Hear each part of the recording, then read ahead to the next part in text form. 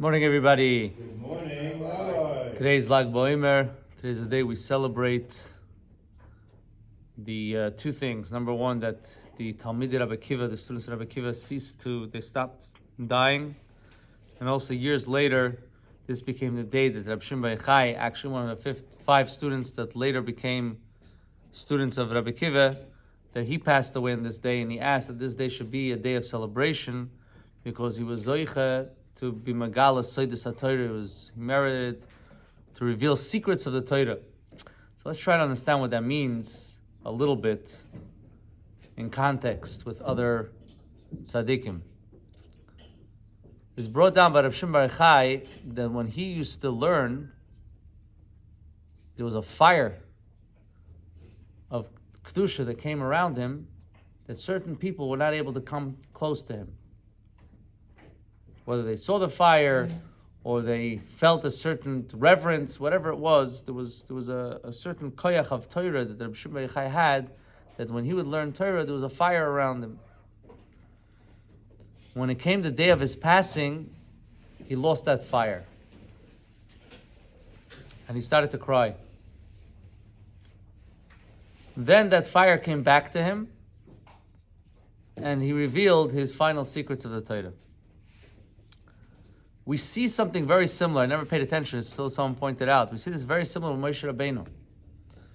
Moshe Rabbeinu, the last day of his life, he says, I'm 120. I can't go and I can't go in, I can't go out. What do you mean you can't go in, can't go out? It says, nothing happened to him. He didn't lose anything. He was fully, completely healthy. But he says he became weak. He became weak. He became weak in Torah that he wasn't able to have that fire of Torah. He realized he doesn't have that fire of Torah. So you see there's a certain guidance of that people can get to that is a fire in Torah. Rabbi Shimon Yochai, in a sense, it left him because that was the last day of his life. But then he was giving something, a present from above. There's a story like this. I don't remember the names now, but there was a great Hasidic master that he had a son, like a prodigy. He was like a genius of a kid. And there was, in that same town, there was a big klois, a big study hall, a big yeshiva of a great rabbi at that time. He had, 200, 300 students. He was like the prize students of that time. So when he found out this young boy is such a big genius in Torah, he asked the father, why don't you send your son to me? His father said, you're right. So he told his son, maybe go there and learn. Instead of learning with me, learn with the rabbi there. So he went there, was there for a day or two, or a week, whatever it was, and then he left. He came back to learn with his father. His father said, what's the problem? Does he not teach? He says, no, the same chidushim that you have, he has like on the same level. So he says, so what's the problem? He says, I don't see a fire when he's learning. I don't see that fire that you have.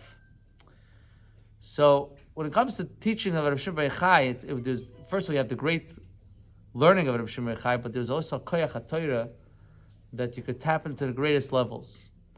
When we tap into this day, we're somehow riding on Rabbi Shimon Yochai's wings. He could, with the Torah, he could do anything. With the Torah, you have the koyach to do anything. Anything a person needs is brought down. Even a person needs certain type of refuas.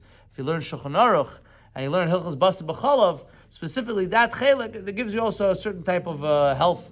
I remember reading it once. It's unbelievable. It's fascinating. So the koyach HaTorah, a person could reach any levels. But today is a day that the koyach HaTorah of Rabbi Shimon Yochai is shining. We could tap into his greatness. We could tap into all the brachas, all the yeshus and nechamis. We should have all the ultimate yeshus and nechamis, especially for the whole Klal Yisrael with the coming of Mashiach. B'karev mamish. Amen. Amen.